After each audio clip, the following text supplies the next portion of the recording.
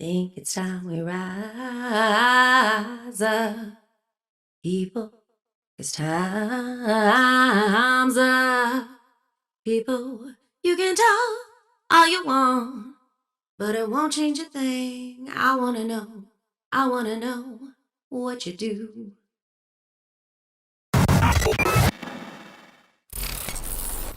Hi everyone, welcome to the Up and Up. I am very happy today to introduce you. Actually, you know what? Not even introduce you, because if you've watched my show before in the past, we had Brian on before. So this is Brian Beihl. He is the Deputy Director at Open Democracy Action here in New Hampshire. Birthed from the New Hampshire Rebellion, Granny D. I'm sure you guys have heard me talk about Granny D and this organization in particular. So, Brian, welcome to the show. Really great to be here. I'm sorry to say that it's under circumstances where we're defending the state from gerrymandering, but we're happy to be working on this, and hopefully we can educate your viewers about the redistricting process here. Absolutely, and it is so important. I think a lot of people have heard about gerrymandering in general. The the salamander and all that kind of stuff, and specific states where it's really been very clear that this has happened. But one thing that we need to understand is that this is happening everywhere. So we're going to talk about New Hampshire. We're going to use this as kind of an example for what's happening this year, and of course, any ways that anyone in New Hampshire can get involved. But also try and just explain the whole process so that you can be watching and paying attention to what's happening in your state as well. So Brian, let's just, what I'd like to do is kind of start from the very basics, right? So let's kind of just give, if you could explain to people, maybe people who aren't very familiar with what gerrymandering is, kind of give like a brief overview. Okay, well, let's talk about redistricting first, and then we'll address gerrymandering, because we like to say that that redistricting is gerrymandering is redistricting gone bad. Yeah. So we're going to talk about the bad parts, but we're going to talk about what should be happening in all states around the country. So the U.S. Constitution says that every 10 years that representation needs to be reapportioned. So here in New Hampshire, we've had some changes in population where a lot of folks, after paper mills closed, left the North Country, and the western side of our state, which is fairly rural, also lost some population, not far from where you live, Jody. And because of that, we have to change the number of representatives and, in some cases, where the voting districts are. To make sure that everybody, we have this concept called one person, one vote in the United States, and we need to make sure that everybody gets the proper representation. And we're not just talking about voters, we're talking about population. Because even if you're not of voting age, you still need to be represented by both your state and your federal, and to some extent to your local. So if you live in a city, you also need to have your city wards adjusted. So that whole process normally starts about a year before the deadlines, and the U.S. Census distributes their data. But you might recall that the data came out really late. Because of the pandemic, they didn't have enough people, and so we got the census data late, and it's put the states behind the 8 ball as far as getting the stuff in time. So if you want to run for state a representative here in New Hampshire, you have to be registering for that by June 1st of 2022. And that's coming up fast, because so they have to have all these districts all around the state. They all have to be set before June of 2022. And then, of course, we have the midterms that November. So American democracy is in crisis. But maybe if we were denied free pizza the way politicians deny us free elections, we would actually do something about it. So we created a pizza shop and food truck that picks its customers the way politicians pick their voters, by gerrymandering. We started in Austin, where we opened Jerry's Partisan Pizza, the first pizza shop that delivers exclusively to a gerrymandered district. Live outside the 37th district? Stay home. Nobody cares what you are. Welcome to Jerry's Partisan Pizza. So you're going to type in your address, and that will let us know if you are in the 37th voting district or not. Amazing, you do. Congratulations, you get a free pizza. And anyone who lives outside the district was gerrymandered out of free pizza. So I don't get free pizza. Oh, I'm very sorry, you do not live in the 37th voting district. Oh, yeah. Pizza. It seems like kind of bullshit, though, that I can't even buy pizza. Greg Abbott, you can go. This is bullshit. It's unfair, It's ridiculous. like our elections. Ridiculous. That's the whole point. I know, that's the whole point that we're here. We also delivered, but only within the district. Not one block farther.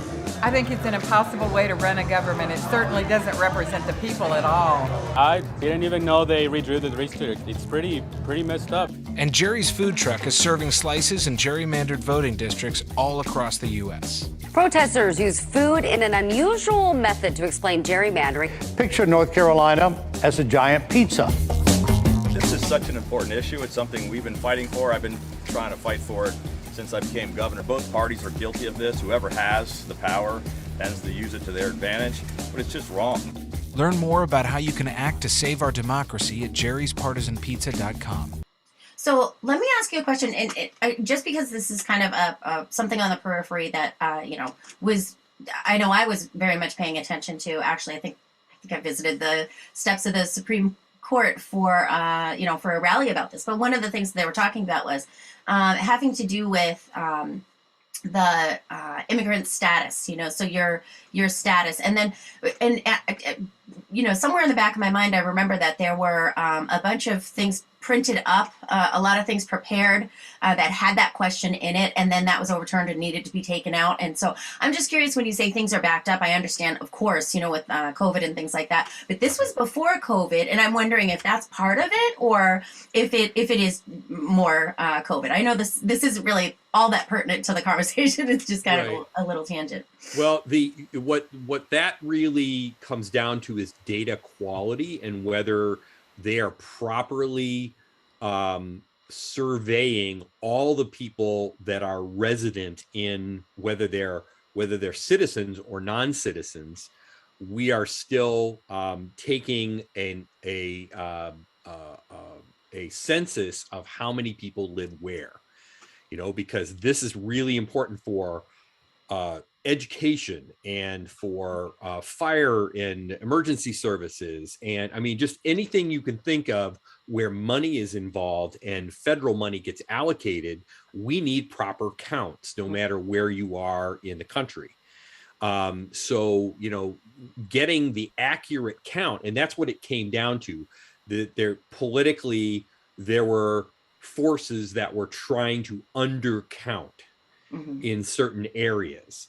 And this has been since sorted out, but it was ugly there for a while.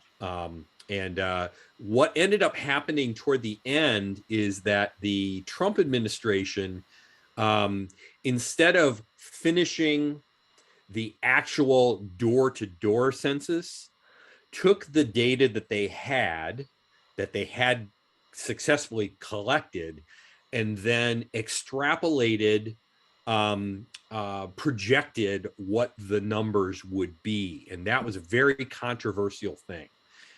In order to make the deadlines, they chose to do that rather than finish the door-to-door. They just said, okay, that's it.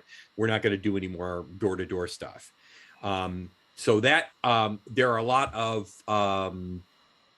scholars and advocates who said we didn't really get accurate information from this census. So the process was tainted, I would say, and was unlike anything that we've done in recent decades. I'm not going to venture, I don't know enough about it to be able to condemn it myself, but I know that there are a lot of questions being raised about it. Gotcha. Fair enough. Fair enough. I can appreciate when somebody says I don't know enough to say something, and we don't want, put out anything that we're not sure about. I think what would be useful, at least, is to talk about kind of the process that we make sure that redistricting is fair, right, and that it is accurate and things like that. And so when we're going through at a state level, I know that in my city in Keene, we just passed a ballot question that was to amend things to see who is going to be responsible for the wards within Keene and things like that. But on a broader scale, that would be within the jurisdiction of the state legislature. Let's talk about, first of all, I know different states go about it in different ways, and of course they've been changing this over the past. I don't know. I've only been paying attention, I guess, for probably 6 or 7 years.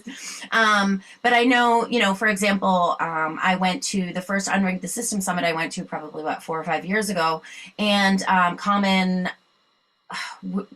Cause, representatives from Common Cause put on a plenary where we were discussing redistricting, and they were talking about it essentially through the lens of what California had done with an independent redistricting commission. There were people who were on the panel who were a part of that process and things like that. So that to me kind of seems like an ideal, right, for a way that they can kind of make sure that things are fair and accurate, and the district lines are drawn in a way that will be beneficial to the people who live there and representative of the people who live there.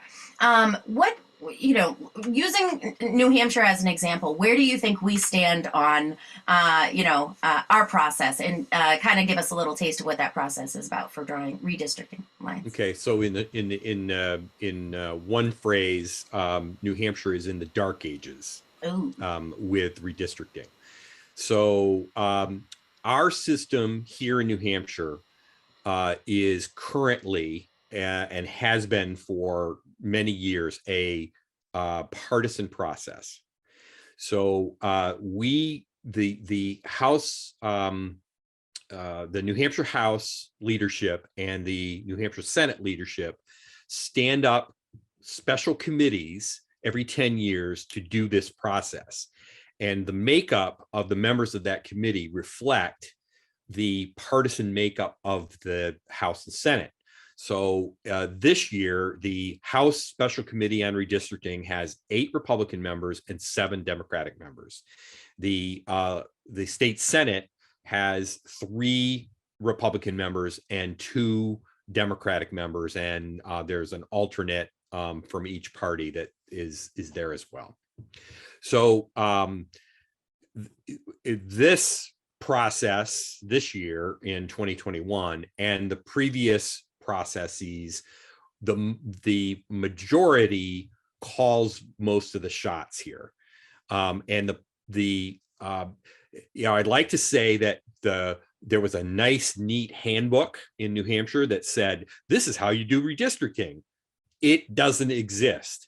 They kind of make it up as they go from decade to decade. They kind of look at what was done before, but interestingly, the criteria that's used in making the maps, and we'll get more into this in a couple of minutes, but the criteria is not public. The last couple of processes, the committees have chosen not to tell the voters by which what criteria is being used to draw the maps. Is it what? Yeah. And so this is where the Independent Redistricting Commission comes in. So I'm going to go back to that criteria and that mapping process. Okay. But it's important to note that in 2019 and 2020, there were 2 Independent Redistricting Commission bills that came through the New Hampshire legislature. They had bipartisan support, both of them. They got 2 of them, got all the way to the governor's desk. And there's a story that very, very interesting story that goes along with HB 1665, which got passed by a unanimous vote in the Senate and got by an overwhelming majority in the New Hampshire House. Now, this is fabulous, right? We always want to see bipartisan bills. This commission had a couple of different incarnations, but would have created an independent group of citizens, and you had to meet a certain criteria in order to be part of this. You couldn't have been in a party leadership position. You couldn't be a lobbyist. You had to, if you had been a legislator, you would have had to have been out of the legislature for quite a while. And this is modeled on some other programs around the country, California being one of them. Florida is one that has an independent redistricting commission in its constitution. Michigan has one of these, and they are still under attack by powers that don't like this process, that want that partisan process instead. But they seem to be functioning okay, and they seem to be weathering the storms. So what they do is they negotiate these maps. They work they might be partisan players, but they are to negotiate the maps and come up with a compromise bill. That's what we always hope out of our government, right? That they're going to get together and they're going to get something that maybe we don't all like, but that we can live with. Right. That got all the way to the governor's desk. There was the story that we've heard is the legislator that was the prime sponsor of the bill had been notified that there would be a signing ceremony in Governor Sununu's chambers. There was a time set for this. The morning arrives when this is to happen, and the legislator gets a call saying it's off. The governor's going to veto the bill. We hear that after the fact that Governor Scott Walker of Wisconsin, one of the most gerrymandered states in the country, who is now working for the Republican National Redistricting Trust, has made a phone call to Governor Sununu and talked him out of it. And we don't know what that conversation was. And there has actually been recently a court case about this, trying to get that information and find out exactly what information transpired there. So there's, powers that don't want to see this independent redistricting commission. So for 2021, we're stuck with this partisan process. And this started in April with the House Special Committee, who is in charge of the New Hampshire House voting districts, the county commissioner districts, and the U.S. The voting districts for U.S. Congress. So those are their three responsibilities. The Senate counterpart to that is responsible for the New Hampshire Executive Council, which is a weird thing that advises the governor. Not very many states have it, and they control all state contracts, and they also are they approve the department heads for the state of New Hampshire. So it's got some power. So that's the Executive Council. Maps are drawn by the Senate, and then the New Hampshire Senate draws its own New Hampshire Senate voting districts. So that's how this process works. And then they go through as bills, and the New Hampshire House will approve and possibly amend the Senate ones. The New Hampshire Senate will amend and possibly approve the House versions. So that's the way the process works. There's also the likelihood, and have been in the last 20 years, court challenges to the maps that are drawn up, mostly because in the last 20 years, both the 2002 maps and the 2001 maps and the 2011 maps have been gerrymandered. And so there have been court cases that have gone up through the New Hampshire Supreme Court. And it's a big mess, and they finally adjudicate these and they move forward. Okay. So a couple of things. If I don't know if anybody will remember, but you can go back and watch my interview with Andre Walton he's an activist with Our Revolution in Wisconsin. And we had a nice conversation with him talking about the election at the time that happened during COVID, and then also kind of how it was affected by the gerrymandering in that state. Anyway, so interesting thing to go back and watch if you're curious about that. But so let's talk about kind of the process that New Hampshire has taken. Well, let me just say as an aside, this is not something that we are unfamiliar with in New Hampshire, with the governor vetoing, bills that come up through that, pass through the House and the Senate. This is something, there was actually a graveyard that was a graveyard of all these bills. I want to say it was in the hundreds. I don't remember exactly how many.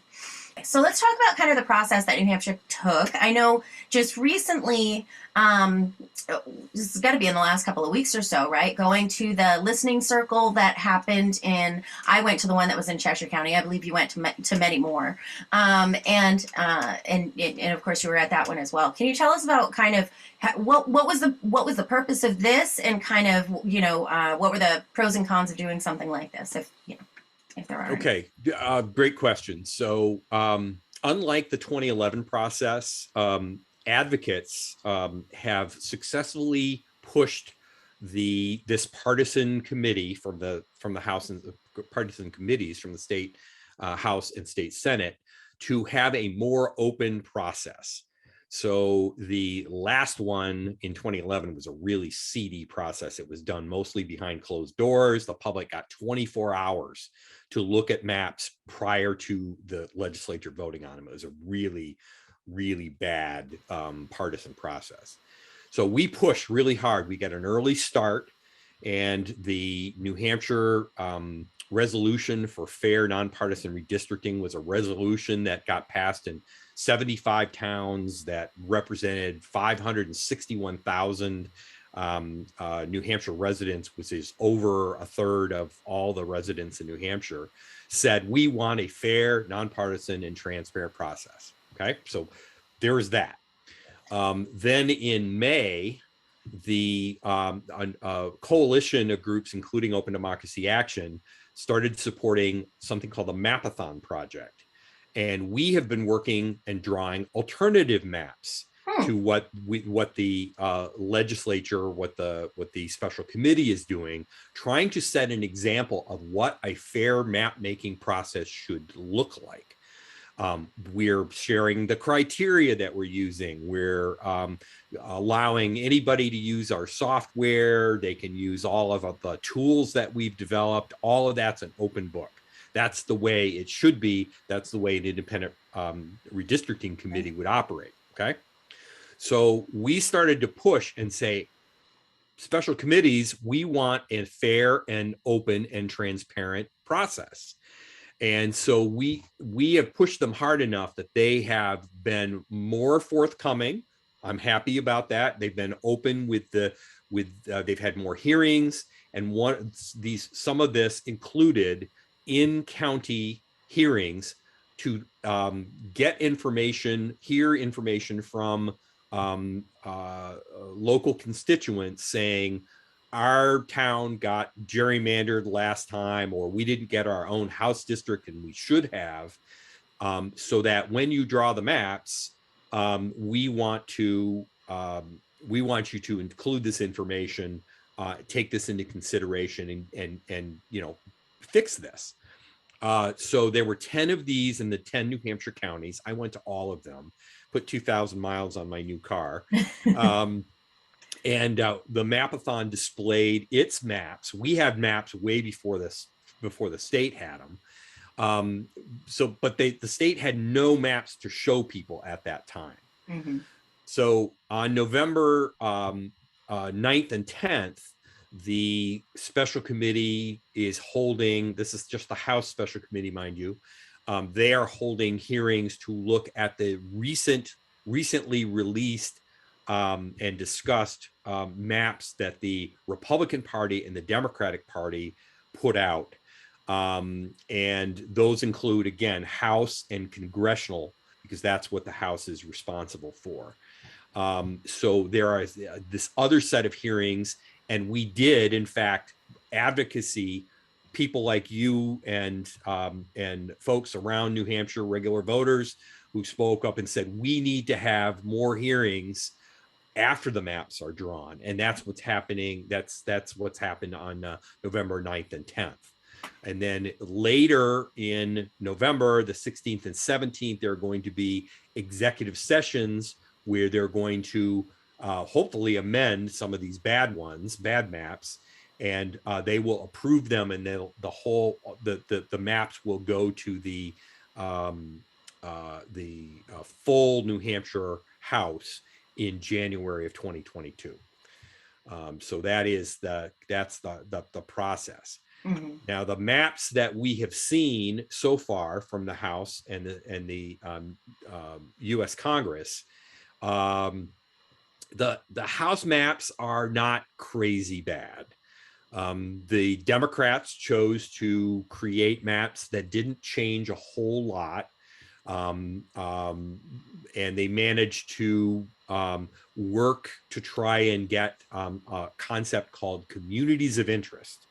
Now, this is something that the Mapathon folks and Open Democracy Action really believe in, that towns that are next to each other, that share, let's say, employers and high schools and maybe water systems, things that bind communities together, those should be considered.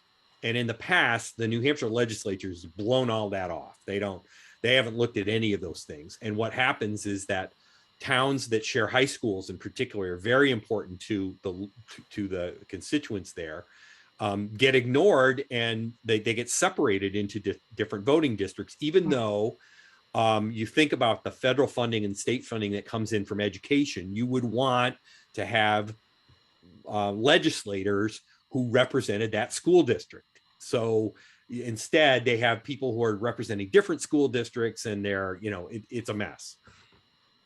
Yeah. And so if we could just for a quick second, and I realize this is probably backtracking just a little bit, but I appreciate the kind of clarification, right? So we talk about, the criteria that is used, right? And so you touched on some of them. Could we just kind of give like a basic list? Because I think there are a lot of things that people don't necessarily think about. Like you just said, a school district, of course, you know what I mean? It makes sense when you think about it, but it's not necessarily something that will cross your mind. I guess school districts probably would. But what I'm wondering is, what are the kind of things, if we were thinking in our mind, what are some examples of good criteria to use when we're drawing new districts? Okay, so first we need to talk about the criteria that we have no control over. Okay. So the U.S. Constitution is the first and foremost thing when we're redistricting. That remember I mentioned at the very beginning about that one person, one vote, right? So we have to make sure that representation is proportional. So we do that. Then the New Hampshire Constitution has some constraints that we need to consider. It says, the New Hampshire Constitution says that any town that has a certain ideal population, and we have this massive number of reps here in New Hampshire. We have 400 state reps. That you look at the total population, you divide it by 400, and you get this magic number of 3,444 for 2020 numbers, census numbers. And if your town has 3,444, you are entitled to your own House district that you don't share with any other towns. Mm-hmm. Okay. That is written right into our Constitution. It also has in our Constitution the concept of floaterial districts that float over the other base districts. Mm-hmm. Now, this is weird and wonky, and New Hampshire and Wyoming are the two states that use these because they have small rural populations, and it's really hard when you have a small population to get the numbers, the math to come out right, especially in the House districts. A little easier in the Senate, Executive Council, and the congressional districts. But when you have such a small number, we're trying to make sure that everybody gets the proper amount.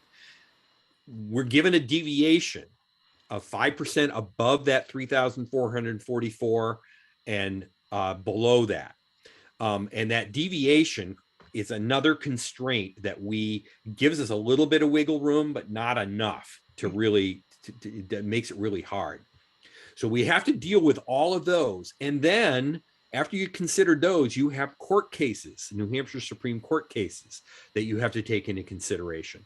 And the New Hampshire Supreme Court says, well, those flotarial districts, they have to be apportioned in a particular way. And there's an equation, an actual mathematical equation that the Supreme Court says you need to do the flotarial districts this way. Mm-hmm. So it makes it really complicated. So before we get to those communities of interest, which really matter to people, we have to get all this constitutional and court stuff out of the way. And then if we have that flexibility, we have choices to make as mappers, we can consider school districts, and we can consider water districts, that kind of thing. So that's kind of the pecking order of that criteria that we go through. Interesting. The more you talk about it, the more I actually like it, because I'm a person who likes puzzles, and that sounds like a puzzle to me. It is. You can figure all fit all these pieces together, right? Very interesting, man. I really appreciate talking to you and you kind of going through everything, because you're just a wealth of knowledge. And it's very educational, even for me, who I feel like I know something about this, but to learn even more and more. So let's talk about, I guess to kind of wrap it up, well, for example, or not for example, but where are we with this in New Hampshire? What are things that people can do if they're in New Hampshire? And then I'd love to broaden that out and say, yes, we're talking about New Hampshire specifically, but of course there are a lot of other states with a lot of, varying things going on as far as redistricting, but it's happening in every state now. So what can people do in their own states? Is that a big ask here? Well, and people are reluctant to speak up because it is so wonky. Right. Mm-hmm. So we find a lot of people come to us and they say, I'd like to get involved, but I don't understand it. Yeah. But you know what? The most simple thing you can do is you can write to your state representative, or write to the committee or the independent redistricting commission that's doing this, and say, I want a fair process. And if I don't get a fair process, I'm going to vote against you. Right? You can say, I don't like this process, and that you're not working for me, you're working for party power. And so fix it. Because all over the country right now, there are dark powers that are trying to manipulate the maps. You're seeing this in Texas, you're seeing it in Ohio, North Carolina, Pennsylvania, Florida, all over the place, where people who want that, they want to grab that partisan power and essentially rig the voting districts to their favor. So you have to speak up as a voter, because even if you don't understand all of the specifics, it's really important that you speak up and you say, I'm not going to put up with this anymore. So Open Democracy is very active in New Hampshire, but there are groups like ours all over the country that are trying to give you a way to help. So if you go to opendemocracyaction.org/redistricting-action, all lowercase and all squished together. That's a great place. If you're in New Hampshire, that's a great place to start. But Common Cause is one of the national groups. There's another that is very involved in redistricting. There are partisan redistricting groups that you can get engaged in. And what they're going to tell you is you gotta write letters to the editor. You've got to call or write your legislators, and you've got to stand up for your rights. This affects the freedom to vote, and it affects how the power that your vote has. So fundamentally, a gerrymandered district takes and it makes districts uncompetitive. We want anybody who is a supporter of democracy, of American democracy, wants to see a good competition between really good candidates. And what happens is when things get redistricted, when they get gerrymandered, they're no longer competitive. And this is bad for everybody. It's bad for democracy. It's bad for you as a voter, because your vote counts less. It matters less when that happens. So you've got to take action. Yeah, and I love that you touched on it too. Of course, there are your Open Democracy Action and I believe Common Cause as well are nonpartisan, but there are partisan organizations. I think that, everybody knows, but just to clarify, this is not a partisan issue. This is something that both parties do when they have the chance, in different areas and things like that. And so it really does, it needs to be outside of that spectrum. So thank you so much. I really appreciate you coming on. I'd love to kind of follow up later on, and we'll definitely put the information for how people can get to the Open Democracy Open Democracy Action website like we're talking about, and try and find ways that they can link in with other organizations and things like that, or in New Hampshire, if you are in New Hampshire, of course, with Open Democracy Action. Very, very great group doing amazing things. So thank you so much for coming on. Glad to be here, Jody. Thanks for the opportunity. Yeah. And, to anyone watching, if you enjoyed this episode, please like, share. And I want to stress, I know that I say this through everything, it's a little kind of spiel at the end, but please share, because this is very, like Brian said, this is fundamental to our democracy, and it being able to function and represent people in the way that we hope, ideally it would. So, we have more than hope, we can take action. So like, share, and subscribe. If you have the means, we are grassroots funded. So of course, if you do have the means, we are on Patreon / Real Progressives. Thank you so much for coming on, and I will see you guys next week.